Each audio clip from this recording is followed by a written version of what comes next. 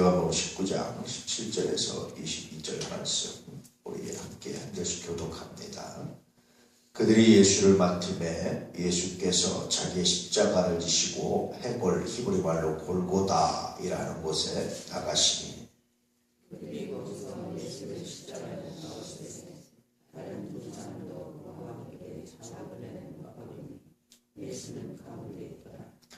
빌라도가 배를 써서 십자가 위에 붙이니 나사렛 예수 유대인의 왕이라 기록되었더라. 예수께서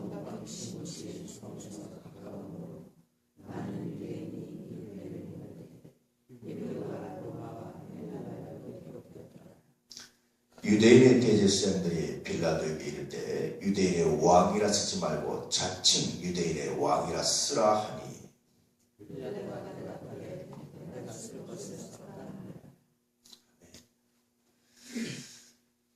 찬송가에서 왜 골고다 언덕 위에 이렇게 하지 않고 갈보리산 위에라고 했냐면요.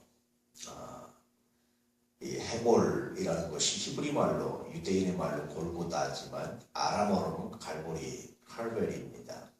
그래서 갈보리산 위에 이제 아람어로 써서 갈보리산 위에고요. 실제로 이제 골고다 언덕 위에 뭐 이런 뜻입니다. 뜻은 같습니다.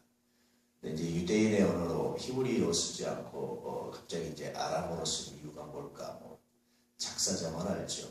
근데 아마 영어에 이렇게 운율을 맞추기 위해서 그런 것 아닌가 이런 것들이 이제 대체적인 이유 분석입니다.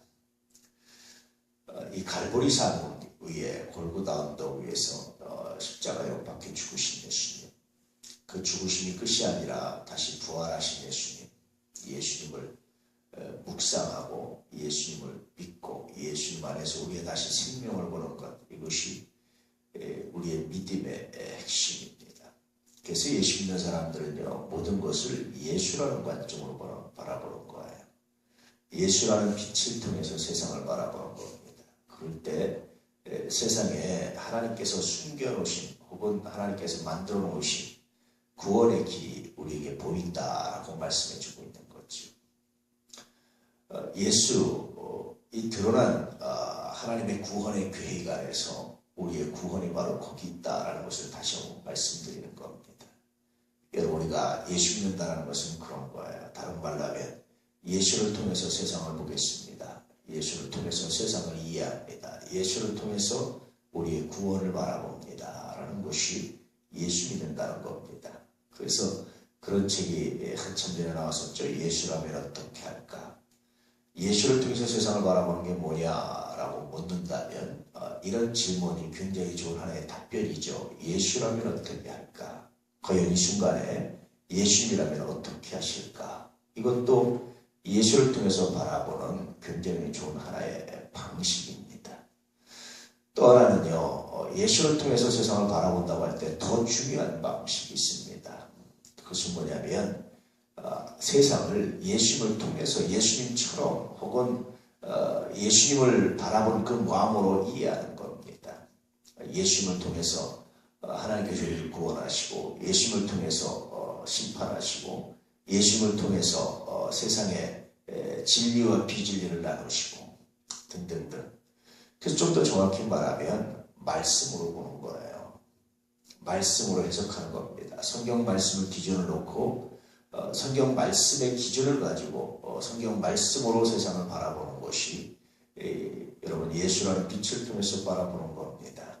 우리는 예컨대 뭐 유명한 의사라든지 과학자들이라든지 이런 사람들의 말을 듣고 그 사람들의 말로 우리는 행동하고 그 사람들의 말에 따라 우리는 살잖아요. 예컨대 뭐가 몸에 좋다더라 그러면 그거 먹잖아요. 그걸 믿고 먹잖아요. 뭐가 안 좋다더라 또 그걸 믿고 안 먹잖아요. 마치 예수라는 빛을 통해서 세상을 바라본다는 것은 하나님이 주님이 이렇게 말씀하셨으면 그걸 믿고 그렇게 하는 것이고 이렇게 하지 말라고 하셨으면 믿고 안 하고 예를 들면 그런 겁니다. 그것이 예수를 통해서 세상을 바라보는 하나의 방식이죠.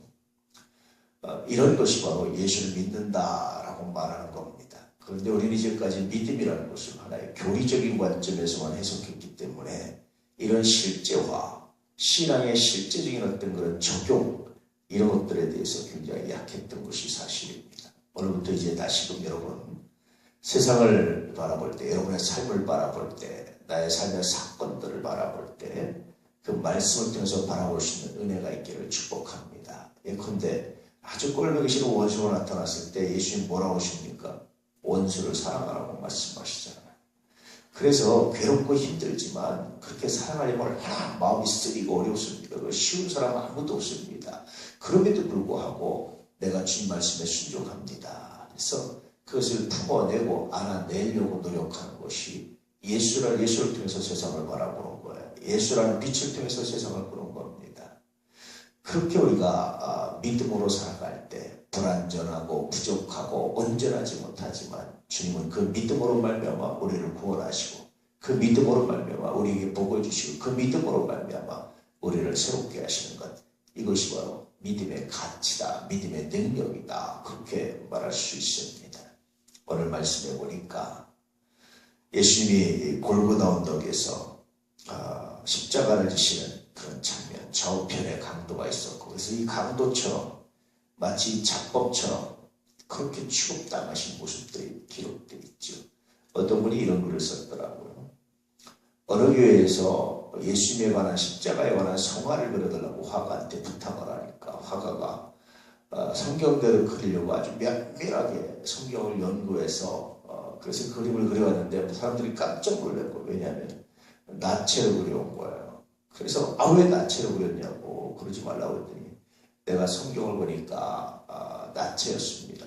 우리가 이거 바로 뒤에 그 다음 말씀들, 예수님께서 겉옷과 속옷을 다 벗겼거든요. 나눠가지고 제도 붙고 그랬잖아요. 유대인들의 관습에 의하면 겉옷과 속옷을 다 벗으면 나체입니다.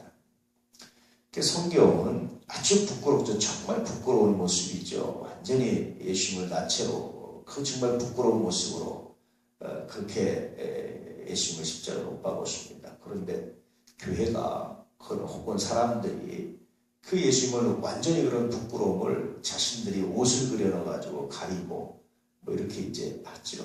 어떤 의미에서 예수님에 대한 존경이고 사랑이기도 하지만 또 다른 의미에서 뭡니까 여러분? 덫이라는 거죠. 우리가 예수 믿는다고 그럴 때 그렇게 덫이라는 모습들이 얼마나 많은지 몰라요.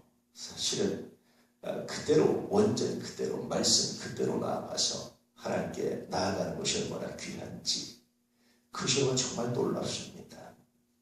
그렇게 십자가에 못 박혔을 때 오히려 빌라도 이방인들은 예수를 유대인의 왕이라고, 그러자 다른 유대 지도자들이 자칭이라는 말을 넣어주십시오 라고 말했더니 그 말을 안 듣고 그냥 유대인의 왕이다, 헬라어로도 쓰고 뭐 히브리 말로도 쓰고 이렇게 다 써서 유대인의 왕이라고 표현하고, 결국 그렇게 이제 죽음을 맞이하셨던 분, 십자가에서 죽으셨던 분, 바로 그분이 우리가 믿는 예수님입니다. 물론 그것이 끝이 아니라 다시 부활하심으로 우리에게 부활의 첫 열매가 되셨던 분, 그분이 바로 우리가 믿는 예수님입니다.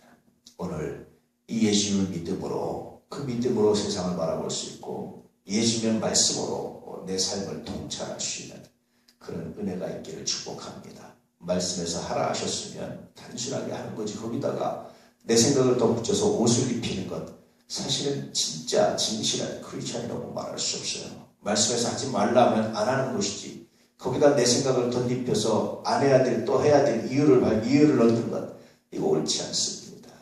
오늘 하루는 그렇게 갈보리산 위에 십자가를 묵상하시면서 그렇게 순수하게, 온전하게, 순전하게 순종해 나가는 귀한 날 되시기를 축복합니다. 고난주간은 그런 겁니다. 최소한 1년에 한 번이라도 그렇게 예수님의 고난을 생각하면서 내가 덧붙였던, 말씀에 덧붙였던 것들을 떼어내는 것, 벗겨내는 것, 그것이 아마 고난주간일 겁니다. 예를 들면 옛날 어른들은 1년에 몇 차례 목욕하면서 때를 벗기잖아요. 요즘에는 뭐 때 벗길 거 별로 없잖아요. 거의 날마다 샤워하시니까. 마치 고난주간은 1년 동안 묵었던 때를 벗기는 것처럼, 내 신앙에 덧붙였던 것들을 떼어내는 것처럼, 덧칠했던 것들을 벗겨내는 것처럼, 그렇게 다시 신앙의 원초적인 모습으로, 말씀의 원초적인 그런 말씀의 모습 앞에 서는 기간, 이것이 바로 고난주간입니다. 그런데 이런 것들을 빼버리면 고난주간은 하나의 형식이 되어버리고요. 마치 무슨 성의를 기리듯이 그런 것처럼 되어버리고, 마치 무슨 마술적인 기간인 것처럼 그렇게 생각할 때가 많죠. 그렇지 않습니다.